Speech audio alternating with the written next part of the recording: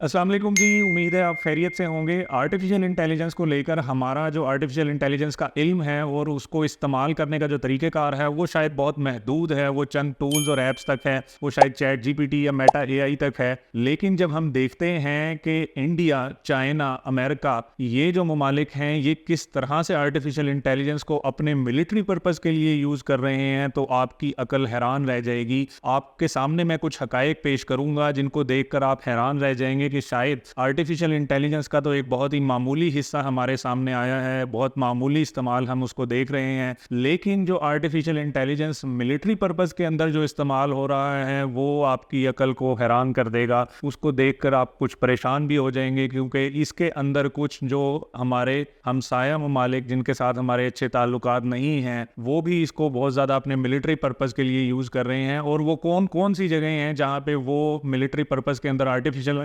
Intelligence का इस्तेमाल कर रहे हैं, वो भी हम डिस्कस करेंगे। सबसे पहले हम बात करेंगे कि जो अमेरिकन डिपार्टमेंट ऑफ डिफेंस है उसका जो बजट है आर्टिफिशियल इंटेलिजेंस का ओवरऑल, बल्कि जो अमेरिका का जो टोटल फेडरल बजट है आर्टिफिशियल इंटेलिजेंस के ऊपर, उसमें जो डिपार्टमेंट ऑफ डिफेंस है वो उसका 87% जो बजट है आर्टिफिशियल इंटेलिजेंस का वो खुद फैच कर लेता है और उसको खुद इस्तेमाल करता है। और जो बाकी 13% जो बजट बचता है, फेडरल बजट जो अमेरिका का है उसने एलोकेट किया हुआ है, वो बाकी के जो शोबे हैं, तालीम है, सेहत है और इसी तरीके से जो इकोनॉमिकल एक्टिविटीज़ हैं उनके अंदर इस्तेमाल हो रहा है। तो सिर्फ यहीं से आप अंदाज़ा कर सकते हैं कि जो अमेरिका है वो कितना सीरियस है और वो कितना आर्टिफिशियल इंटेलिजेंस को अपनी मिलिटराइजेशन और वेपनाइजेशन, एआई वेपनाइजेशन आप जिसको कह सकते हैं, उसके लिए वो इस्तेमाल करता जा रहा है। और अगर हम देखते हैं तो अमेरिका का ये जो बेतहाशा इस्तेमाल है और बिलियन डॉलर की जो इन्वेस्टमेंट है, इसके पीछे 2018 के अंदर पेश की गई एक रिपोर्ट है। और ये रिपोर्ट डिपार्टमेंट ऑफ डिफेंस ने पेश की द आर्टिफिशियल इंटेलिजेंस स्ट्रेटेजी के नाम से। और उसने बताया कि किस तरह अगर यूएस ने आर्टिफिशियल इंटेलिजेंस को अपने एआई वेपनाइजेशन के लिए इस्तेमाल ना किया तो उससे नेशन को बहुत बड़ा ख़तरा हो सकता है और जो हमारे वॉर हेड्स हैं वो नाकारा हो सकते हैं और हमारी मिलिट्री किसी काम की नहीं रहेगी। दरअसल ये सारी जो स्ट्रेटेजी है ये उस वक्त सामने आई, उससे पहले जो चाइना ने 2017 के अंदर जो उनकी स्टेट कौंसिल है उसने आर्टिफिशियल इंटेलिजेंस के ऊपर जो फर्स्ट पॉलिसी है वो लॉन्च की उसने। और उसमें उसने एक विजन रखा कि हम 2030 तक दुनिया की लीडिंग नेशन बनेंगे जो आर्टिफिशियल इंटेलिजेंस को लेकर एक नए इनोवेटिव तरीकों के जरिए से जो है वो चीज़ों को लेकर चलेगी, जिसके अंदर इकोनॉमी, डिफेंस, हेल्थ, एजुकेशन, बहुत सारे जो सेक्टर हैं हम उसमें दुनिया को लीड कर रहे होंगे based upon the artificial intelligence. तो उसको लेकर के अमेरिका को थ्रेट महसूस हुआ और उसने सारी जो है अपनी ये वर्किंग की और बेतहाशा उसने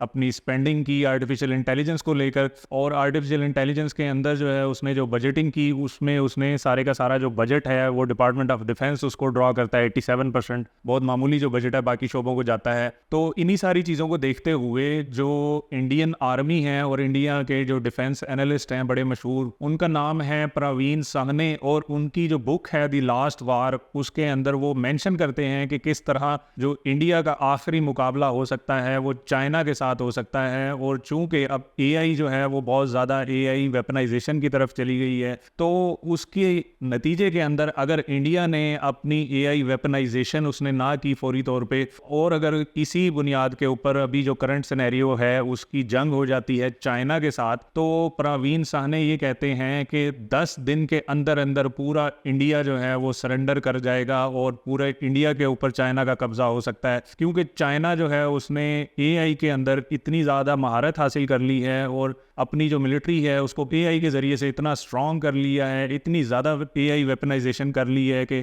इंडिया उसके सामने नहीं ठहर सकता। इन्हीं सारी चीज़ों को देखते हुए जो इंडिया के डिफेंस मिनिस्टर हैं मिस्टर राजनाथ, उन्होंने 2022 के अंदर एक एआई डिफेंस के नाम से सिंपोजियम और एग्जीबिशन का इनकार किया और उसके अंदर उन्होंने 75 न्यू एआई टैक्टिकल वेपन्स उन्होंने अपने वहाँ पे उन्होंने लॉन्च किए और उनके ज़रिए से वो ये कहते हैं कि हमारी जो मिलिट्री है वो बहुत स्ट्रॉन्ग हो जाएगी। और उन वेपन्स की मदद से वो इंडियन आर्मी को नाकाबिले तस्खीर बनाना चाहते हैं। वारडेक लॉन्च किया, वारडेक उसने न्यू दिल्ली के अंदर लॉन्च किया। वारडेक है war game research and development centre. ये ऐसा ट्रेनिंग सेंटर है जहाँ पे फौजियों को एआर, वीआर और मेटावर्स के जो कॉन्सेप्ट्स हैं उसको इस्तेमाल करते हुए एक ऐसी वर्चुअल वर्चुअल उन्होंने बैटल फील्ड वहाँ पे तश्कील दी हुई है कि जहाँ पे वो अपने ट्रूप्स को ट्रेन करते हैं, और ये इतना रियल होता है और इतना एक्यूरेट यहाँ पे ट्रेनिंग दी जाती है उनको कि वहाँ पे एक ओरिजिनल बैटल फील्ड का वहाँ पे मंजर कशी की जाती है, और उसके अंदर जो आपने वेपन उठाया होता है वो बिल्कुल जेन्युइनली उसका वेट होता है, और अगर वो वेपन जो है उसको सोल्जर को गोली लगती है और वो गिरता है तो उसका जो वेट है वो कितना कम होता है, वो सारे जो फील्स हैं वो उस सोल्जर को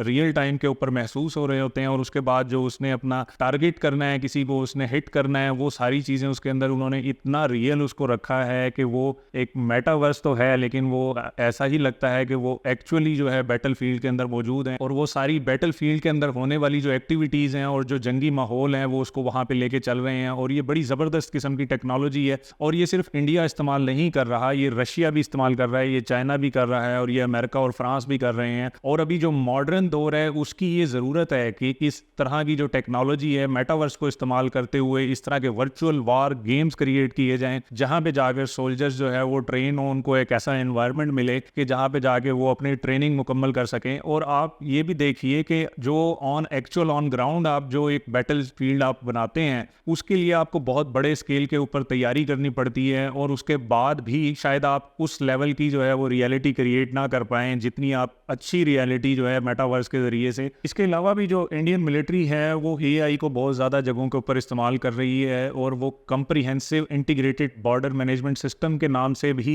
जो अपने बॉर्डर एरियाज़ हैं, स्पेशली जो जम्मू कश्मीर का जो एरिया है उसको उन्होंने सिक्योर किया हुआ है, और वहाँ पर जो इंट्रूजन है उसको उन्होंने बहुत ज़्यादा कम कर दिया है, और ये उनकी बड़ी कामयाबी है। पाकिस्तान मिलिट्री किस तरह से एआई को इस्तेमाल कर रही है, प्रवीण साहनी जो इंडियन डिफेंस एनालिस्ट हैं जो बुक भी लिख चुके हैं द लास्ट वार, और उसमें वो चाइना और इंडिया की जो एआई वेपनाइजेशन है उसको डिस्कस करते हैं। प्रवीण का कहना ये है कि पाकिस्तान मिलिट्री ने भी एआई का इस्तेमाल किया, और ये इस्तेमाल उन्होंने उस वक्त किया जब ऑपरेशन स्विफ्ट रिटार्ड किया गया, यानी कि जब बालाकोट के ऊपर इंडियन एयरफोर्स ने स्ट्राइक किया तो उसको रिटेलिएशन के तौर पे जब पाकिस्तान ने स्ट्राइक किया तो उसके अंदर उन्होंने CEW यानी कि कॉग्निटिव इलेक्ट्रॉनिक वारफेयर का उन्होंने यूज़ किया, और ये वो टेक्नोलॉजी है जो पाकिस्तान को चाइना के साथ कोलैबोरेशन के नतीजे के अंदर मिली है। और उनका मानना ये है कि पाकिस्तान चाइना के साथ कोई 2011 से लेकर जो जंगी मशकें करता चला आ रहा है उसके नतीजे के अंदर जो पाकिस्तान की जो मिलिट्री है उसको भी काफ़ी हद तक जो एआई टेक्नोलॉजी है वो ट्रांसफ़र हो चुकी है। दोस्तों, इस तवील डिस्कशन को हम कंक्लूड करते हैं। अगर हम बात करते हैं एआई की, तो एआई की जो वेपनाइजेशन है उसको हमने अभी डिस्कस किया, कुछ पॉइंट्स उसके हमने डिस्कस किए, लेकिन एज अ होल जो एआई वेपनाइजेशन है वो एक बहुत बड़ा टॉपिक है, और उसके अंदर उसकी इतनी मुख्तलिफ जहतें हैं, इतनी डायमेंशंस हैं कि उसको शायद